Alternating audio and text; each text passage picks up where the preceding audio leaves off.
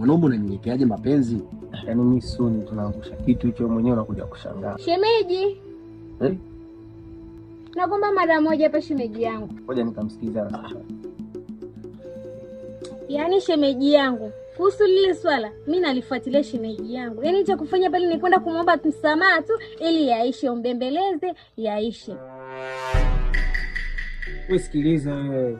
Mimi ule simtaki, afu mwambie ache kunishobokea, ache kunifuatilia. Nikajua ni kazi zero. Mwanangu tena ananifuata eti sijui anaomba msamaha, sijui nataka muendelee. Babu kaza. Mimi muda huo ninao basi mwanangu, wewe kaza mwanangu.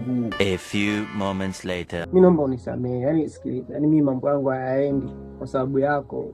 Mimi sina issue mwanangu, naharibu kazi nyingi za watu yani kwa ajili yako. Afu mimi nishakuzoea. Mimi naomba unisamehe basi. Nisamehe tu yani, sina jinsi. Najua nimekosea ndio lakini mama yangu game over.